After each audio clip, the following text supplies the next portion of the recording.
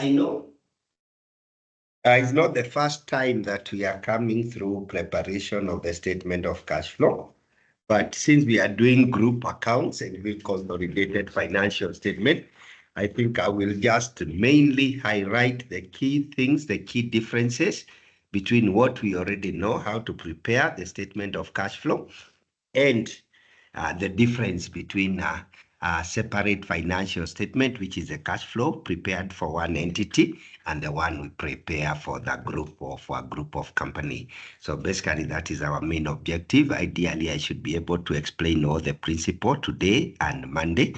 And then Monday afternoon and Wednesday, we can practice different type of questions, because next week we'll have our our test 3, which we said is open. Student will have to decide which of their tests will have to be replaced.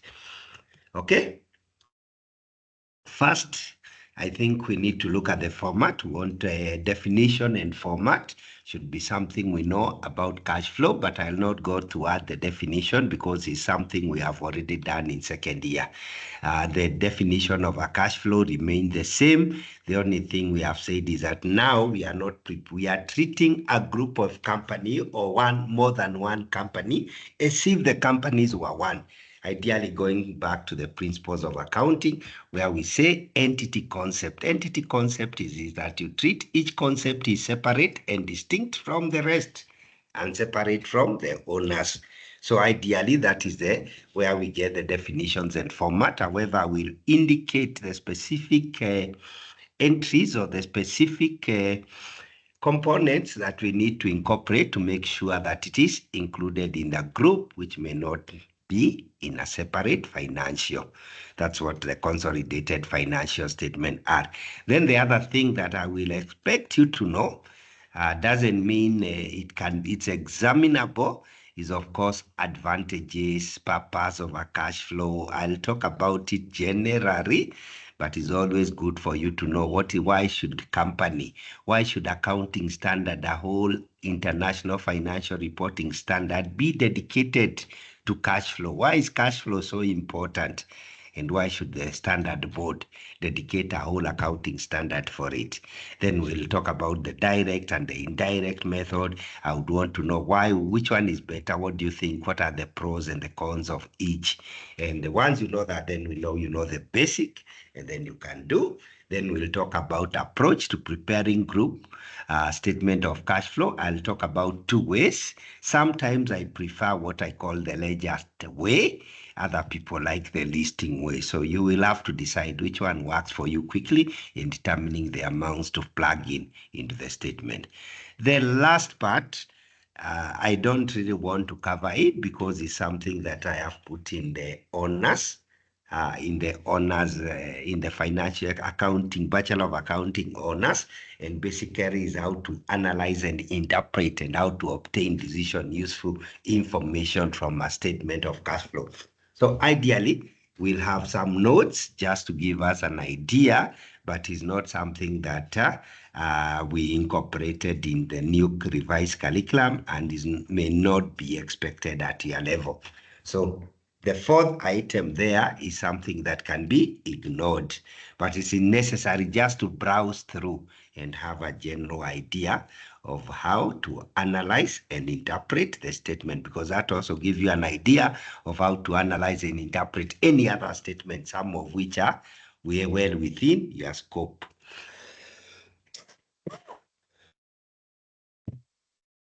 Sorry, my apologies. I think last week I was sick, but this week I think I'm recovering, not 100%, but I'm almost home now.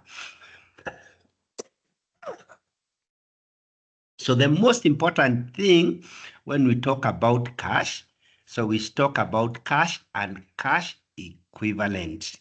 So basically cash is money that is available, and cash equivalent is any asset that can be converted to cash with almost no risk and without any barriers. Basically, they are short-term, high liquid investment that are rarely convertible into a known amount. There is no risk that you have. Is like a stock where you need to go and sell, so you don't know what the price will be. So we are saying they are almost known how much they are highly liquid investment. Those ones we call cash equivalent. So those are things that if today in the morning you find you have a problem and you have a cash equivalent, it can be converted to cash. You cannot say an equipment or any other asset, for example, a PPE cannot be, inventory cannot be, because inventory may have to be sold, you may never be paid, there are bad debts issues and so forth.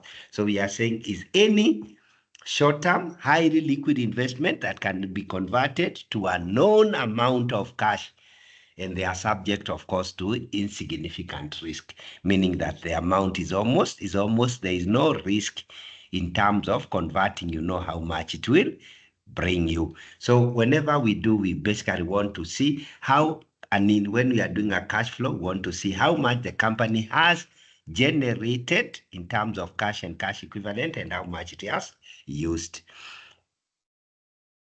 Okay. So the rule of the thumb, as you can see there, is that short term is usually, what we are saying, as far as short term is concerned, is usually viewed as 3 months or less from the date of acquisition from a group point of view. So when we are looking at about cash and cash equivalent from an acquired subsidiary during the year, we are saying those things that we can convert with a known amount, almost with an insignificant risk to a known amount of cash, can be treated as cash equivalents. So rule of the thumb, we use 3 months at most. Okay, that is in terms of scope. This is basically a definition, basically explain to you the scope, or this you can see is an extract from the actual accounting standard IAS 7. IAS 7 is one of the oldest standard. I'm sure it will soon be looked at and a few things incorporated. Just as we know that from next year, we have now superseded IAS 1, which is general preparation, or the overview of the general preparation of a financial statement, which has now been replaced by IFRS 18. So IAS 1 was one of the oldest, which was talking about the general purpose and how they should look, but now that has been super. Soon now, I think the next agenda is to look at whether the standard that deals with cash flow is still appropriate in terms of the changes that are taking place in the technological world currently. So IAS 7 will soon also get a face uplift. But as at the moment, that is basically the scope, which is directly an extract, a statement that is for you to read, which is from the actual. So now we want to say what is the purpose of a consolidated financial statement? Ideally, we should know what is the purpose of a cash flow. So the purpose of a cash flow is to enable those ones for a single entity, a single company.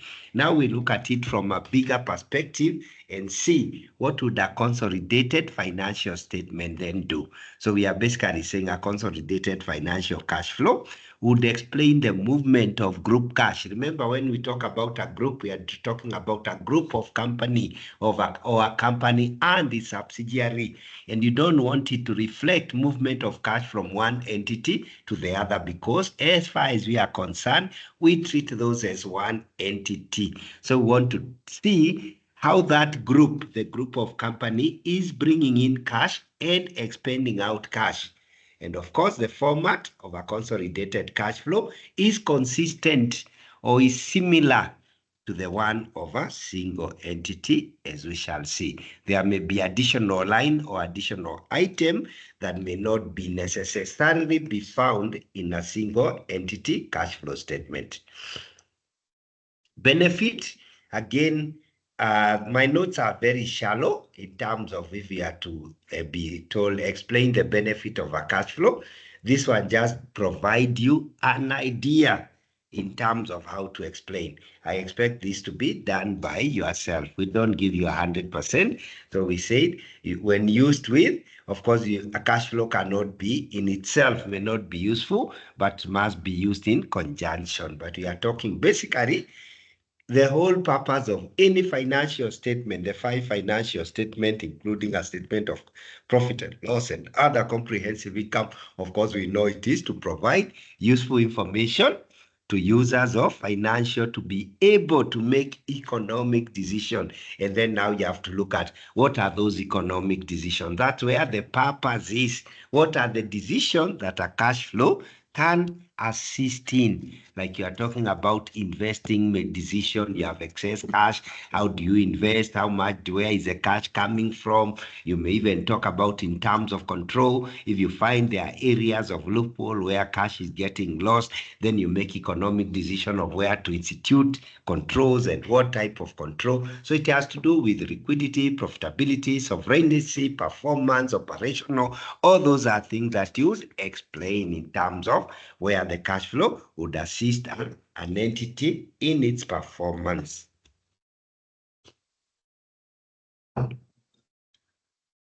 Let's talk about the format.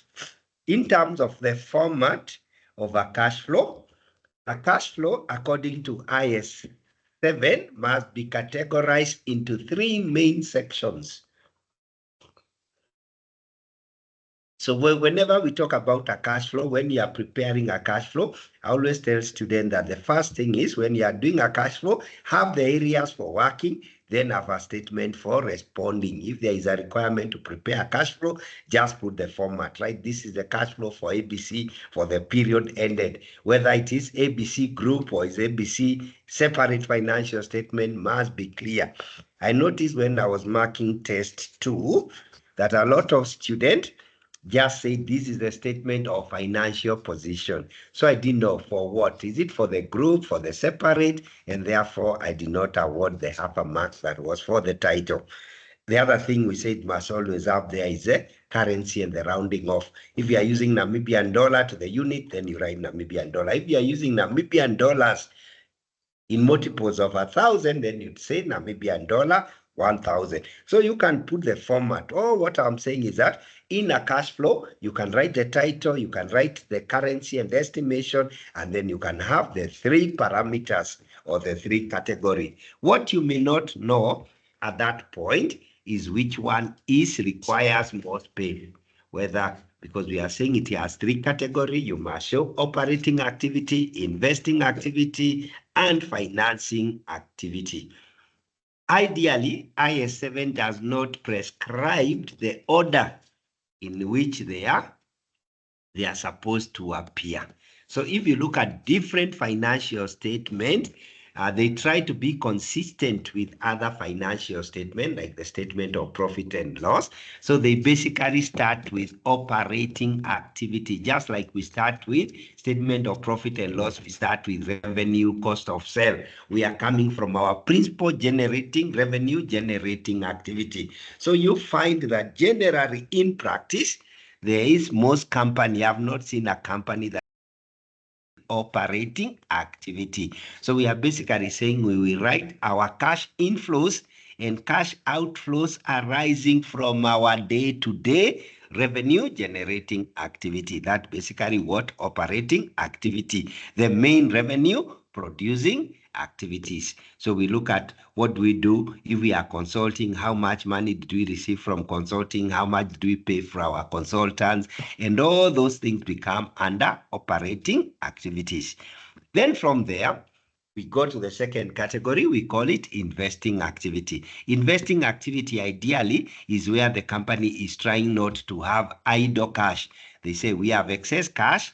How do we invest? All their money, why they are having trouble with the money, is because they have overinvested. Instead of having cash in their pocket or in their company, they have put it into producing revenue. For example, if you are a consulting firm, you build a building where you are renting people, then you have an investment property. Of course, that is not the achieved revenue activity for the business, but you have invested in a PPE that gives you rental income. So you put our investment income. It could be also money set aside, put in the bank account, in call deposit and so forth, that is bringing in interest and income other than from the general operating activity.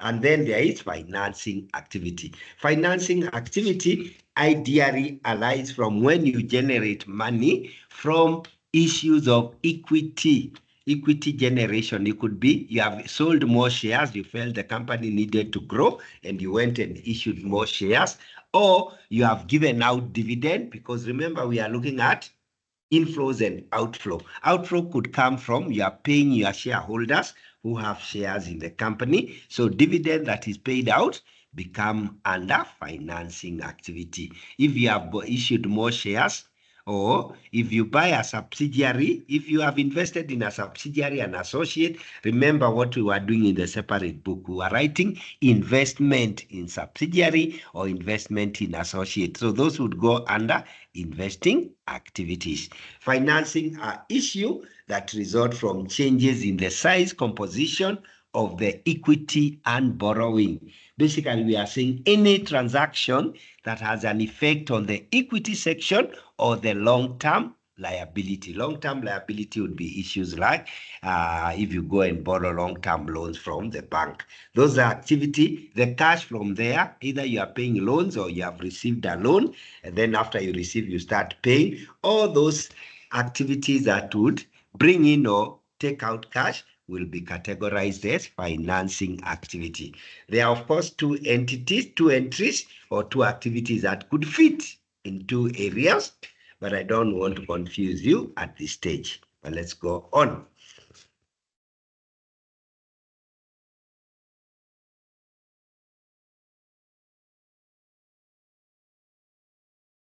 When we deal with a consolidated cash flow, we want to look only at those activities or those inflows that deal with the flow from to the external.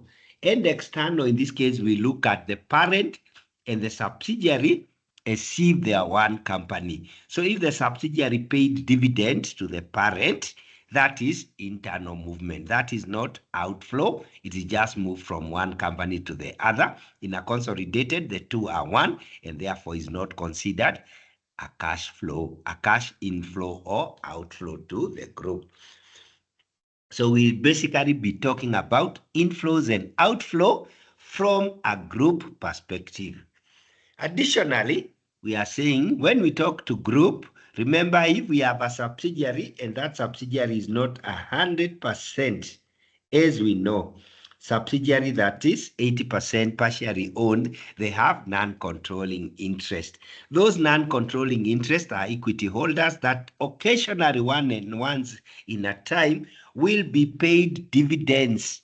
So those dividends are recognized as outflow because we are saying basically the subsidiary is treated as part of the group, but now they have to pay dividend to non-controlling interest. So that dividend is outflow of cash from the group. So we have to recognize dividends that are paid to non-controlling interest.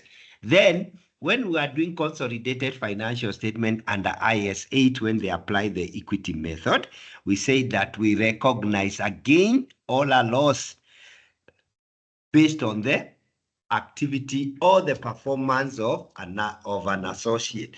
However, an associate is not considered as part of the group. So if we have an associate which made 10,000 and we are 30% influence, so we have recognized if they made 10,000, we recognize that we have income from the investment from associate of 3,000 and we increase our investment in associate. However, that income does not result in cash inflow. And therefore, we are saying when we are doing a cash flow statement, we must adjust because we did not receive any cash or cash equivalent from that associate, only when they have paid us dividend. And you know, when we say, when they pay us dividend, of course, we recognize cash and we or dividend receivable and we credit our investment. So when dividends are declared by an associate, those ones represent an inflow of cash inflow to the group. And likewise with associates and joint ventures. So there are two ways of preparing cash flow. So when we are doing the one from the perspective of indirect, then of course we come from profit before interest and tax, and we'll explain why profit before interest and tax. And then later we make adjustment, then we do investment activity and financing activity. I think that is a norm. However, you could start from operating activity, then go to financing activity, then end up with investing activity. Depends, but ideally operational by practice is always the first item, because that is the main revenue, is the main cash generation. Remember, revenue and cash are related, are similar. When you make a sale, it's not necessarily cash, but is likely is what we resort to the inflows of cash to the organization. There is also something we need to understand in terms of the difference between profit and cash. When we make a sale, it is part of the profit, but doesn't result in cash. But eventually, if we are selling on cash and we are paying our inventories, our stock on cash, then ideally our profit should equal to cash.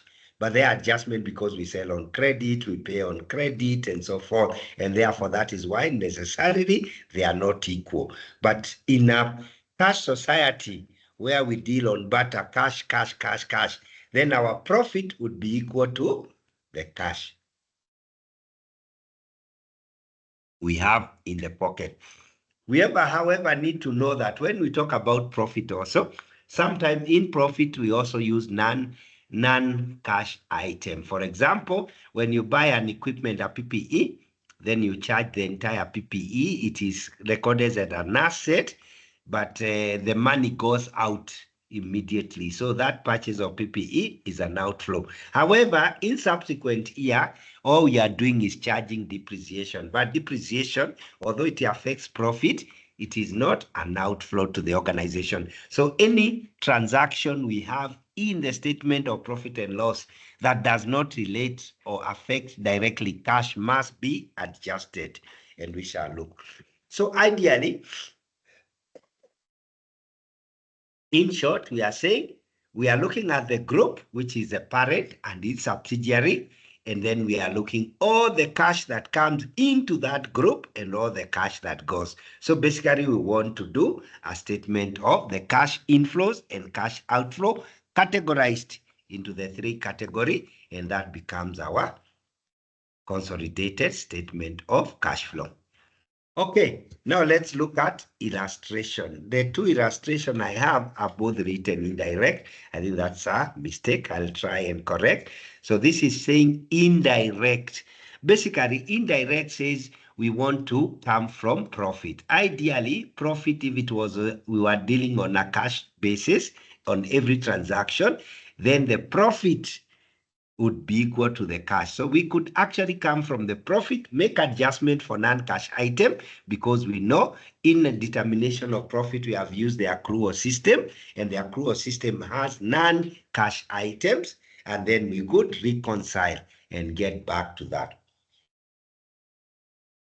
So ideally, we can come from profit before, here we say is profit before tax. If you have profit before tax, then you must remember from IAS 1, there are two things that they are operating activity. They arise because of the normal operating activity. For example, interest, if you have borrowed to finance the operation, then we are saying that interest is part of operating expenses. And therefore, if we say profit after tax, which include interest expense, then ideally we are also saying interest is part of operating expenses.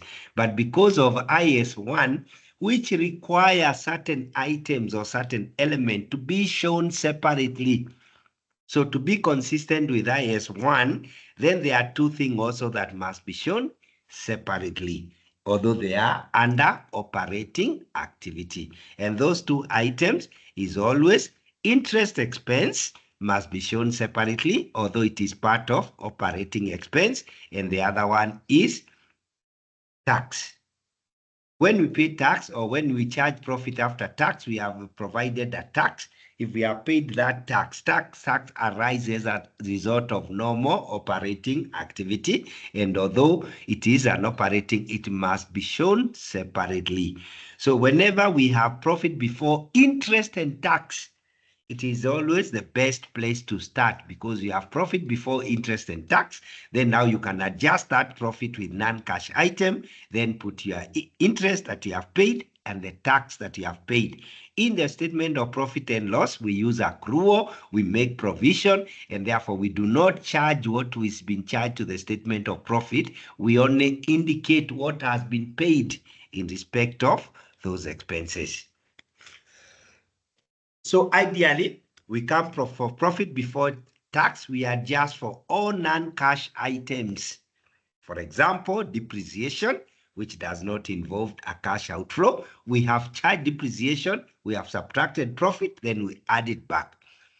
Profit on sale of property, plant, and equipment. When we sell a PPE, we have a net profit. That net profit is not cash. What is cash is proceeds.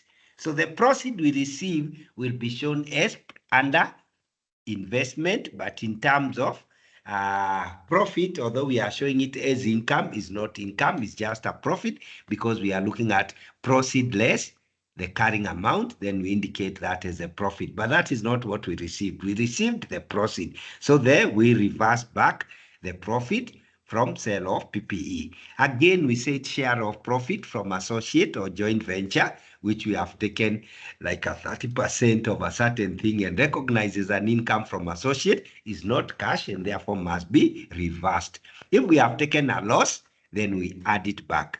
Then foreign exchange losses. Ideally, if we have monetary asset and we are restating or valuing them at their closing rate, then we may have an exchange gain or an exchange loss. Those do not result in outflow of cash. Again, they are book entry, so we need to add them back if they are losses, or if they are losses, we add them back. If they are profit, then we subtract them, because they do not result in an outflow of cash from the group. Investment income. Again, this is where we are saying investment income is where we recognize based on valuation, where we have an investment, then we are using fair value, maybe we are using fair value to profit and loss. We have an investment in investment property, then we have said it has now grown by, the investment has grown. Remember, in investment income, everything goes through profit and loss. The investment property has grown by 20 million because of fluctuation in market prices. So we have an investment income, but did not result in an increase in cash. Then we have to subtract those investment income that are not cash, in cash form. Then interest expense, again, the reason is normally sometimes you have profit after tax. After tax, it has tax and interest. We first put them back because those are accrued expenses. Then we look at the actual payments that we have done. Then that is all we do. Then we do movement in working capital. Working capital, ideally, other than cash flow, is not a term that is used in financial accounting anymore. I think the only place that you'll hear people talk about working capital in financial accounting is only in the statement of cash flow. And the main reason that in the 1990s, between 1990 and 2000, there was too much talk about working capital, too many books were written, too many discussions were there. There was at one time a deliberation of whether we should have a standard on working capital. In the end, there was no consensus, there was a lot of disagreement, and therefore it was agreed that working capital is just a myth. So it is was never really pursued, and therefore that is why it was only left. But ideally, before the debate and the discussion, working capital was basically current asset minus current liability. And that definition has been applied consistently in management accounting. So those who are doing costing and management accounting, you'll find that you have a lot of working capital, and working capital is basically defined as current asset minus current liabilities. Then we look at those movements, because we are basically saying inventory. When you buy you buy on credit, but you pay after some time. So the movement within the inventory, the movement within the payables, the movement within the trade will represent how much cash you are putting in the working capital. So we make adjustment for what we call the working capital, and then we get the cash generated from operation. Cash generated from operation, the day-to-day operation.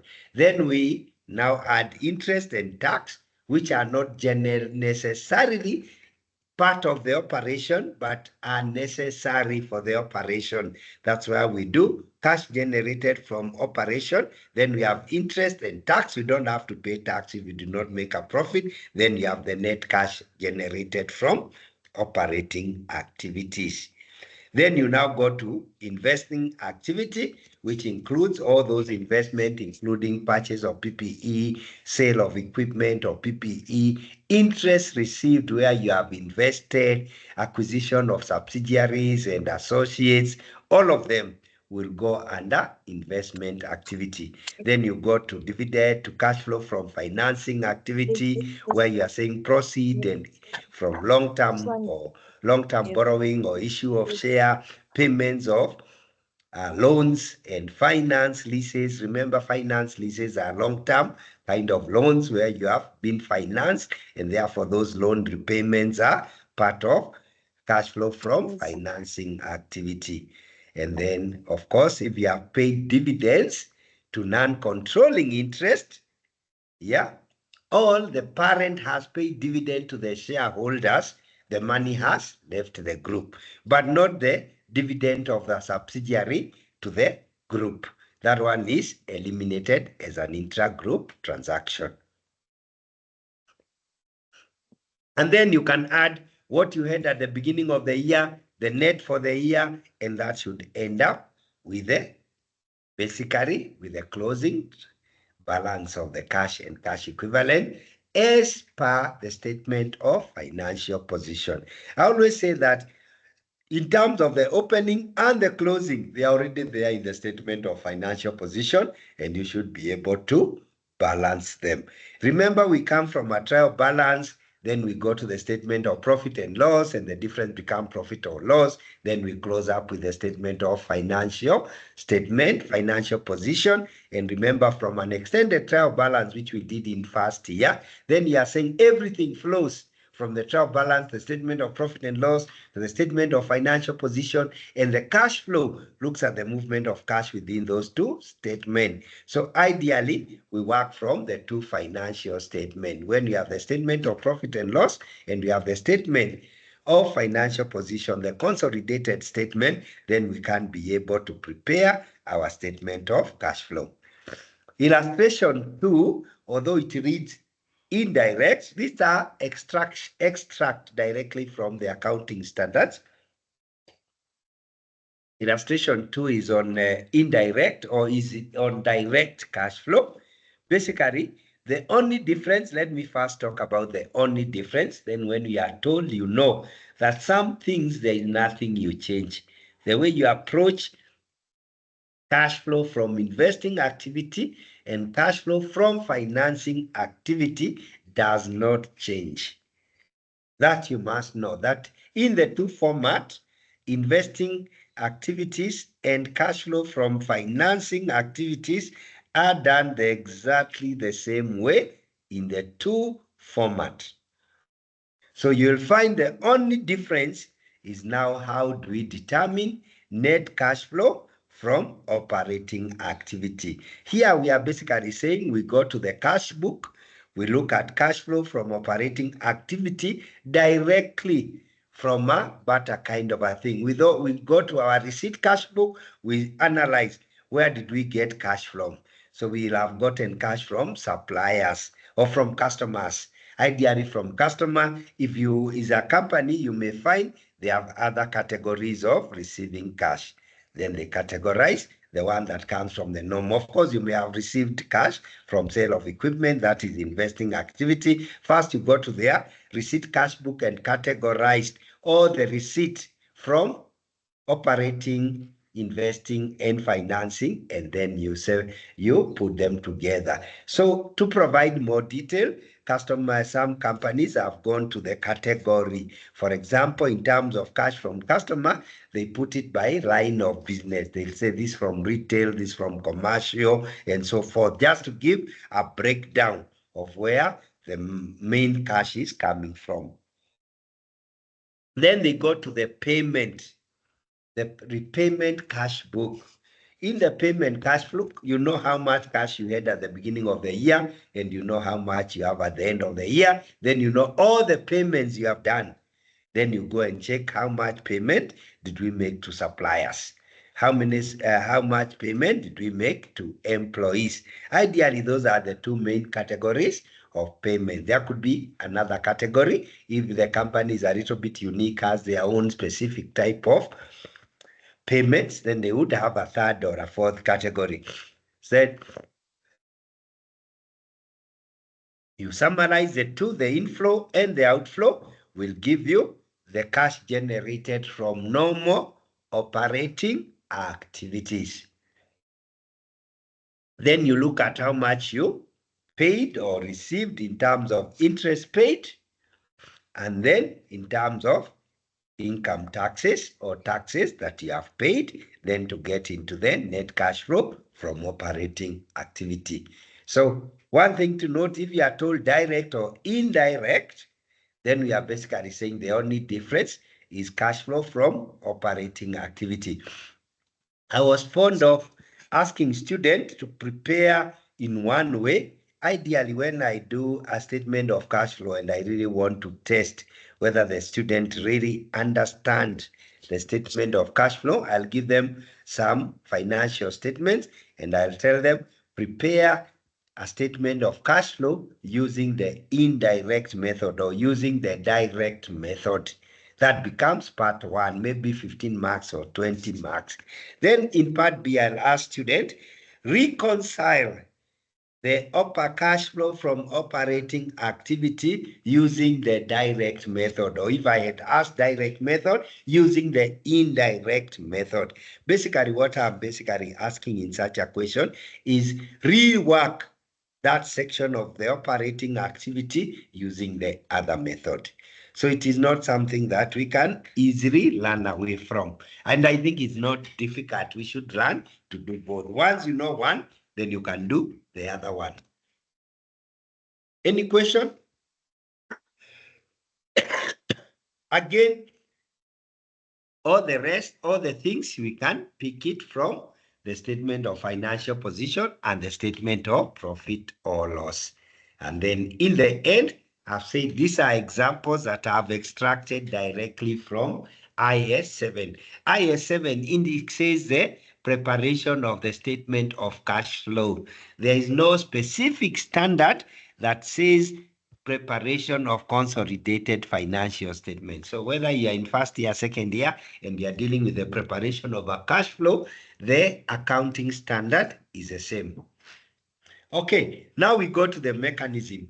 Yeah, dividend paid to non-controlling interest. How do we know? I have said there is a listing way. You could use a listing method or you could use the T account. And I'll explain both. I think the listing account is quicker, but I think the T account is more, you'd pick up an error much more easily. You can make an error if you really don't understand your debits and credit very well in terms of financial, you are not a good bookkeeper, you don't understand the accounting very well, then the listing account can cause you some challenges. But if you know accounting, which you are supposed to know now, particularly journal entries, then the listing is much quicker and faster.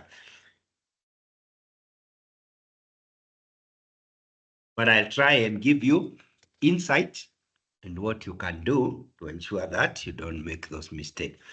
So when we want to say dividend paid to non-controlling interest, we are saying this is an outflow. And of course, we have said we put it under. These are now items that are unique, that may not appear in a separate statement of cash flow. Here we are saying Actual cash payment made in the form of dividend to non-controlling interest represent an outflow of cash to the group and therefore must be shown. How do we calculate that one? We know when we do consolidated statement of profit and loss and the consolidated statement of financial position, we added a line. In terms of the statement of profit and loss, we added a line which shows the profit that is attributable to non-controlling interest.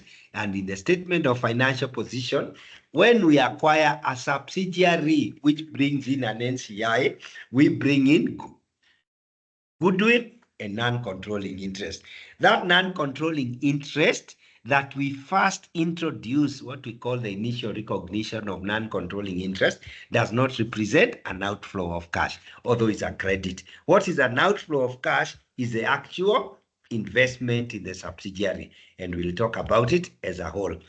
So we are basically saying we have our initial recognition of a NCI.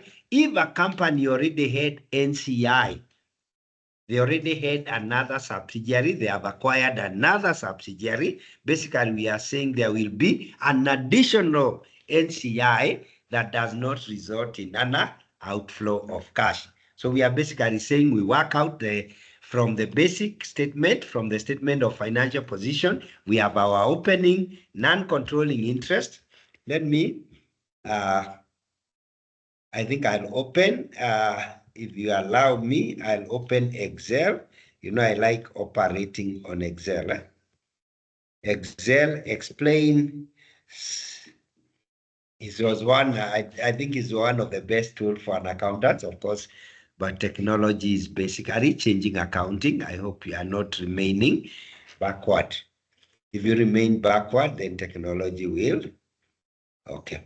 I'll borrow something here. I was doing last night just to, don't worry, I'll just borrow something I did there just to demonstrate what I'm doing. Is basically here, I'll not talk about, I will remove the numbers, don't worry about the highlight, but basically I'm saying if we have what we call non-controlling interest, if we use the ledger part, basically what are we saying? That if we have no NCI at all, then we acquire a subsidiary, then we have an initial recognition of, I think that will mess me up because of that. Let me just put a new one, doesn't really matter.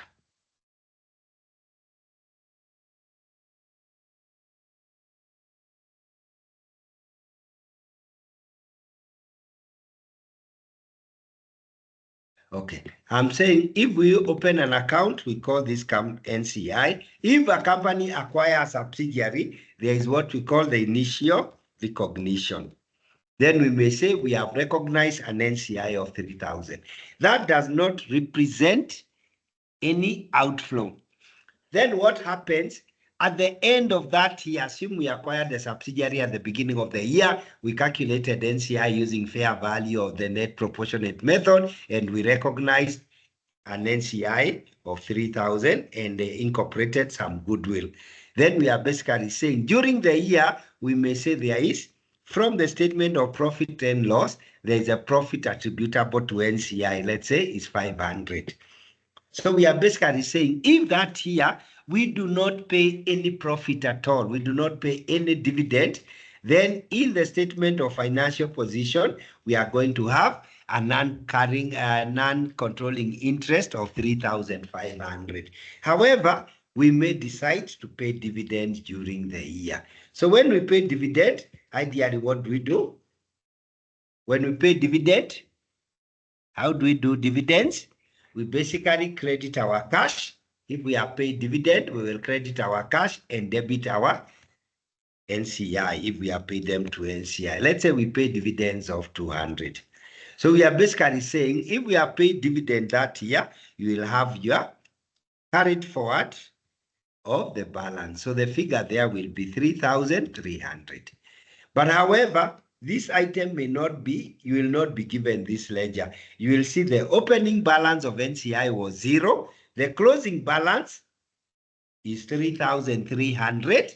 And assuming this NCI is 40%, Therefore, the group is 60%. Then they tell you the company paid dividends worth 500. So if the company paid dividend worth, if they paid dividend worth, no, maybe the company made profit of 2,500,000 was the profit of attributable to the subsidiary, and then they paid dividend, which their proportion is 200. So you won't know, this figure won't be given to you. This one will be in the statement, but you will have the 3,000 in there. You won't have, that is the one you recognize when you open, and you have this 3,300 in the statement of financial position. So you'll have to work out what the dividend is paid, because they'll tell you how much. You can see how much profit is attributable to NCI. You can see what the closing balance is. So the missing figure will be the dividend that has been payable. This is working using what we call this one we call what we call the listing. The other one, this is the, not the listing, this is the T account format. In the listing, you say you want to come up with, you want to see how much dividend was paid. So we always come up with the closing balance first.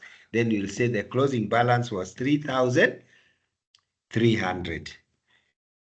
Then you want to see how much of that was the closing balance that you have. That closing balance should you want to determine how profit was made. So in terms of the closing balance, we always worked, we want to see how much dividend was paid, and we work this one based on, ideally, we work it on based on the balances from there. So we know the closing balance using the listing method. We come up and this is what we have in the statement of financial profit. In the year, there was the profit that was declared, which was for 500, and the total of those two gives you the profit that was declared that increased that profit, which would have been the subtracted, because it would have increased in that closing balance. That's why it's a subtraction.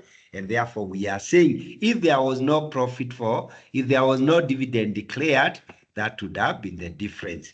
If there was no dividend, and then we say, but the figure that we calculated was 3,000, and therefore the difference between those two is the dividend that is paid.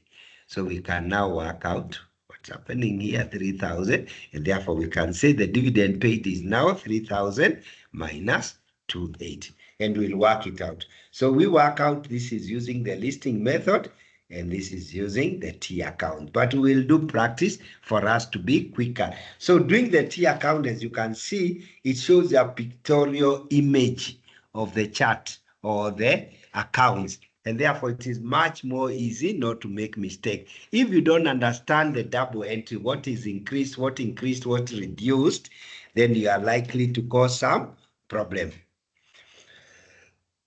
Okay, but anyway, we'll do some examples we'll do on Monday afternoon. So that is one of the items that whenever we have a consolidated statement of cash flow, then you have to work out what is the dividend that has been paid to non-controlling interest. So in the listing, ideally, you are saying we look at the opening balance that was brought forward. If we had, in most cases, you'll have in a cash flow, we'll have a non-controlling as a subsidiary that was in existence, then an acquisition of another subsidiary. Then we are saying we look at the opening balance, we add the net share of the comprehensive income, we look at the acquisition of a subsidiary, the new one, or the initial recognition of a new one. If there was disposal, which is not part of our syllabus, we remove that, and then we remove any non-cash item. For example, when you have a foreign-based subsidiary, which is making, and then the exchange losses and gains because of the difference in terms of foreign functional currency, then you have exchange gain or losses. You adjust, again, not subject of our cost. That one we do at honors. Then we find the balancing figure, the total of that and the closing balance. The difference would be the dividend that were paid during the year. That's the listing method. The other one is the T account. Then dividend received from associate and joint venture, where we are using what we call the equity method, which we described under IAS 8. Our notes on IAS 28 is purely on equity method. We said IAS 8 gives you the option to apply cost. And if you apply cost, ideally, the investment do not change. You only recognize only the cash when it comes in, and therefore you don't have a problem as far as doing this adjustment is concerned. This adjustment is where accounting for investment uses the equity method, because we have recognized a gain without a corresponding inflow of cash. So we need to adjust it. Again, we look at the opening balance. Opening balance will be previous associate that are already owned. Then we look at the group share of profit that we have recognized for the year, the 30 or 25% portion. Then we have the group share, in terms of OCI. Remember, also we say it's a one-line consolidation. We put two because we don't mix normal operating profit with the OCI. So there could be two lines. We must look at the two lines. Then we look at acquisition, that we initial recognition, because that is a total outflow, acquisition of a subsidiary or joint venture at the initial recognition. Then that is, we subtract that, and then we subtract disposal, and then non-cash item. Of course, if it's a foreign based or a foreign where the functional currency is different from the parent, there could be exchange. And the difference with the closing balance in the statement of financial position is what we call the dividend received or paid. Okay, this is an example. Ideally, I want us to we should be able to calculate what is the amount of dividend paid to non-controlling interest in this using. I want us to use both. I think we can use this to calculate. We can use the listing, and then we can use the T account to see. So let's try it. I think this is a good example of looking at dividend paid to non-controlling interest. This is the first one. Remember, we have talked about dividend and income received from associate. So those are two examples we have already said we will have. Let's look at dividends paid to non-controlling interest. UDI Group has owned a number of subsidiary for several years. It acquired a new subsidiary. So you see it has subsidiaries, but it has acquired a new subsidiary HAM company during the year ended 20X7. The fair value of the non-controlling interest in HAM company at the date of acquisition was 1.2. The statement of financial position of UDI Group shows a non-controlling interest of 5.1 million at the start of the year and 60/40 at the end of the year. The non-controlling interest share of total comprehensive income for the year is 1.6. So basically, these are the number that we need to work out and see. So we have been told it already has subsidiary, so it has a brought forward figure of non-controlling interest, which is 5.15. Then, no, that is the shows a non-controlling interest of 1 at the start of the year and 60/40 at the end of the year. That is the balances at the end. During the year, the non-controlling interest share of profit was 1680. So what we want to determine is the profit that was made in the year. So we have seen those numbers. So there are three numbers. And the company, the new acquisition of the subsidiary was 1.2 million. So let me go here. We do both the listing. If we say initial, here we'll say the brought forward figure we've been given in terms of million is 5150. The carried forward figure, which is the closing balance, is 60/40. That's what basically they are telling us. And then they are saying in the new acquisition, they have acquired a subsidiary, which is 1200. Initial recognition is 1200. So what we want to do is to determine how much dividend was paid using, this is the T account. So ideally, we could get the totals of the two figures. So we say 63.40 there. And therefore, we can say the dividend that is paid is basically that amount divided by this one that is carried forward. So in that case, using the listing account, using the T account, we can say the dividend paid is 300. That's how we work it out. So we have the opening balance, then we have the new acquisition of the new subsidiary at the date of acquisition. Then we have the balance carried forward in the statement of financial position, and therefore we can work out what the dividend is. In terms of listing, we could also say the opening balance. Let's work out in terms of the listing. The opening balance was 51.50, ideally. Then we have a new acquisition, which is 1,200. Then we have the share of profit, for the year, which we are given as the share of profit. Where did we put it up? And how did we get 300? Let me read the question again. Oh, there is a comprehensive share of income for 1680. I think we left it out. Where is 16? Ideally, we say here we take it from the profit for the year, which is 1680. So we are saying ideally, there is a difference.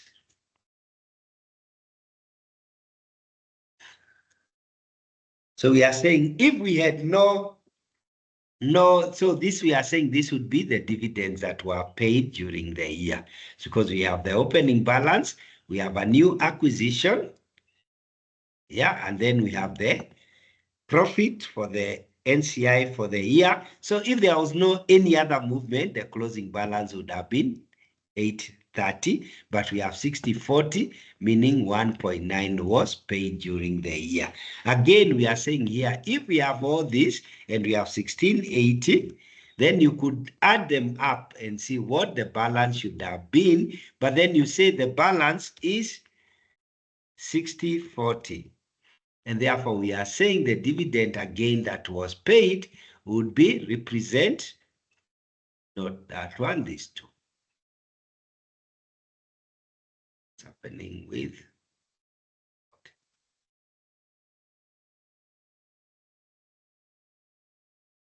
Again, you can see works out the same. So you could use a T account or you could use the listing. The listing tells you opening balance, which is a credit balance. You added a new initial recognition of a new subsidiary, then the share of profit. Therefore, if there was no any other movement during the year, of course, if there was a disposal, you should have subtracted it. Yeah, disposal mean you have to look at the amount, and we didn't talk about disposals. We only dealt with acquisition of subsidiary, so I will not really have disposal, but if it is in the cash flow, you'll be given the amount of the disposal. You don't have to carry to look at the carrying amount of the disposal of the subsidiary that is being disposed. It's ideally the same like acquisition. We look at how much do we receive and what is the carrying value, and then the difference is a profit or gain on disposal of subsidiary. Is exactly the same way we do when we do an associate, but we didn't deal with disposal of subsidiaries and associates. So ideally, if you work out, you see the figure is the same, 1.990. Let's look at how they have done it in the scenario. So that basically there are two methods of doing it there.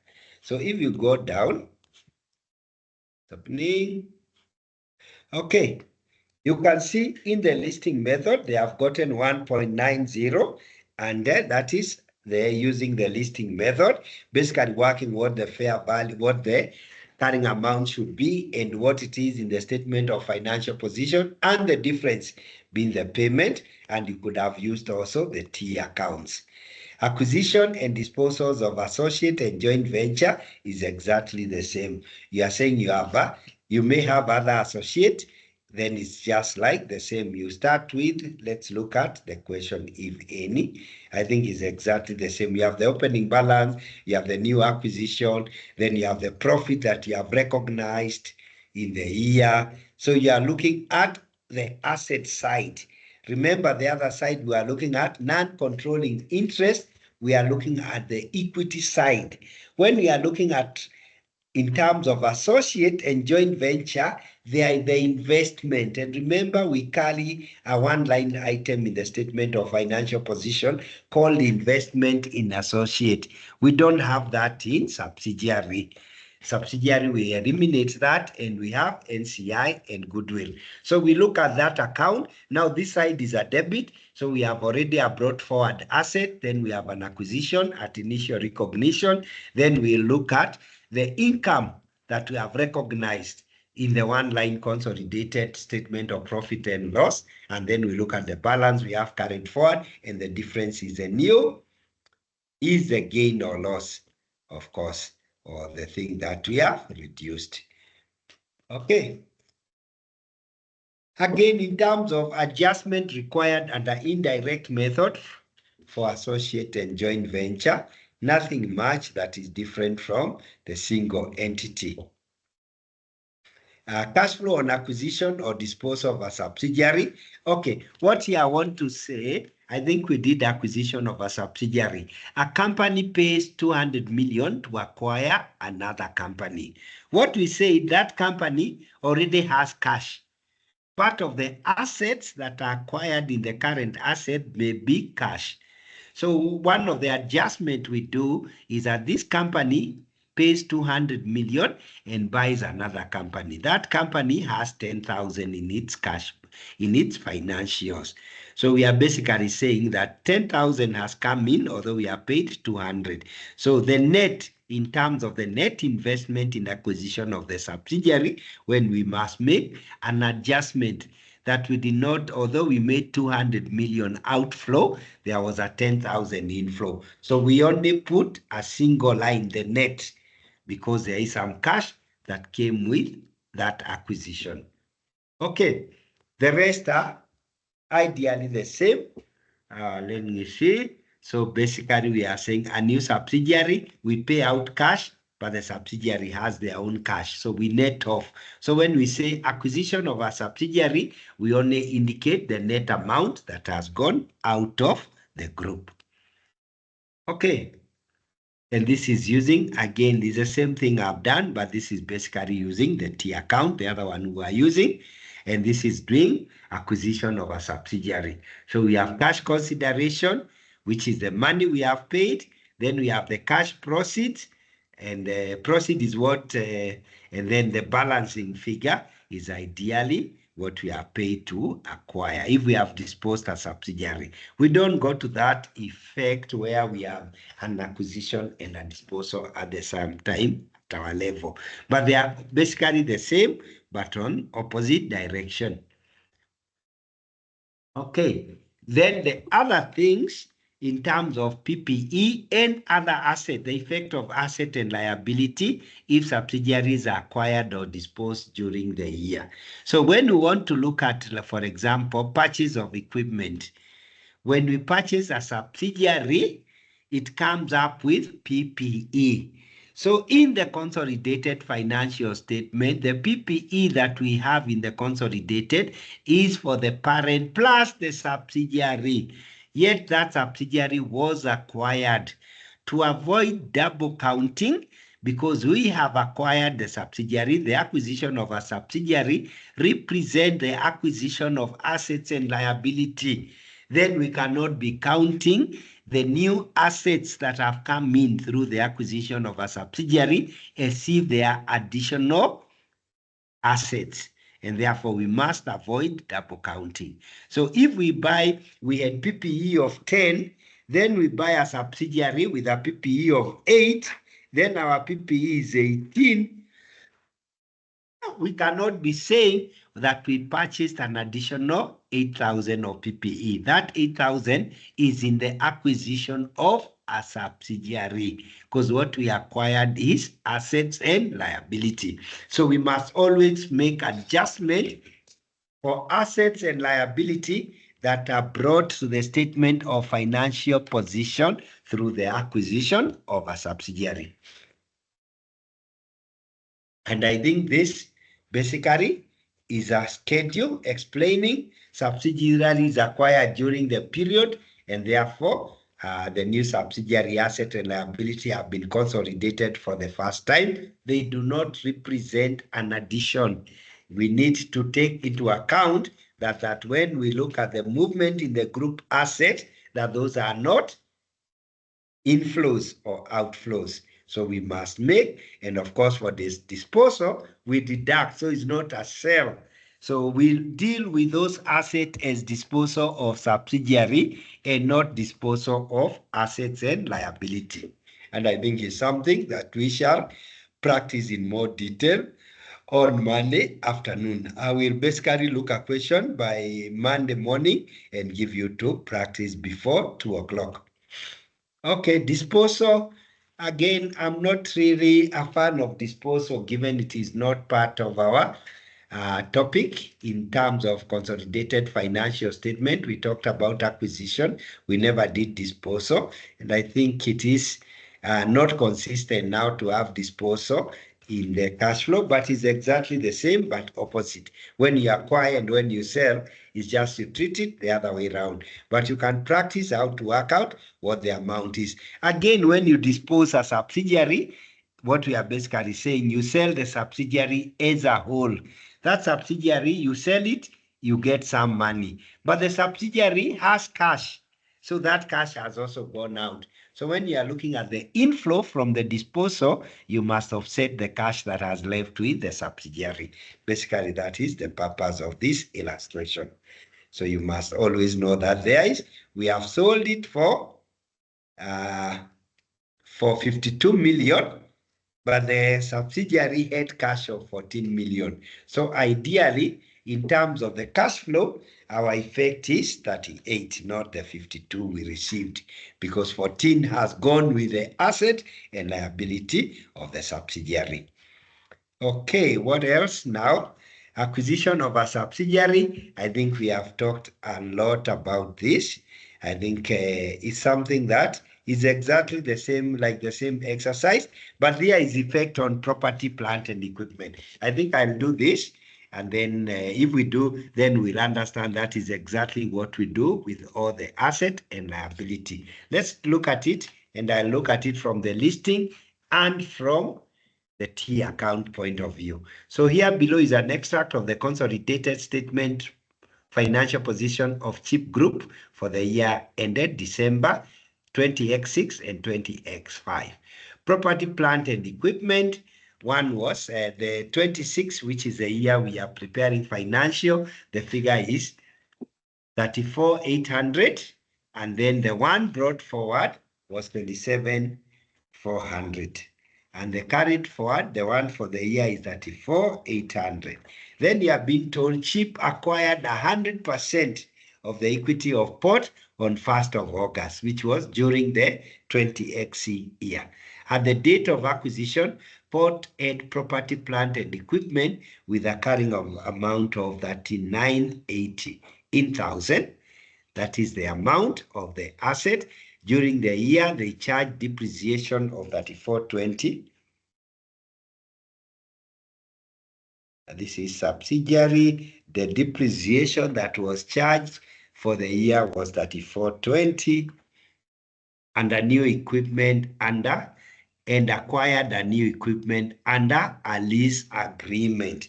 Then we have a lease agreement, which was 44,50. So we want to go and look at the PPE in terms of Excel. First, I'll do the one that I said is very easy. Let's do PPE, forget the colors. We are saying the brought forward figure, that was NCI. Let me just return it as it was. Let me put PPE here. We are saying the brought forward figure, PPE is a debit. We have been told the brought forward figure was 27,400. That's what we have been told. The carried forward figure, the one in the statement of financial position at 2016, is given as 34,800. That's what the numbers, these two numbers we extract from the statement of financial position. Now, in terms of acquisition, we are saying there's a new subsidiary that was acquired with a PPE of amount of 3980. When we acquire, sorry, it's not supposed to be that side. When we acquire, we are saying we have subsidiary PPE, which was acquired during the year, did not read in the inflows or outflows of cash. It was only under investment of subsidiary. That is what we did. Then during the year also, we charge depreciation. Depreciation is a reduction of PPE, and the depreciation that was charged was 3420. Then we are also told during the year they acquired items which are under lease agreement, which are for 4,450. So we have been told how much others did they buy directly. So we started with equipment of 27,400. We acquired equipment of 3980 through the acquisition of a subsidiary. We have an equipment under a lease agreement of 4450. Our closing balance is 34,800. We charge depreciation of 3420. We want to find out, ideally, how much more, yeah, we sold or we acquired. So ideally, I always want to do the totals.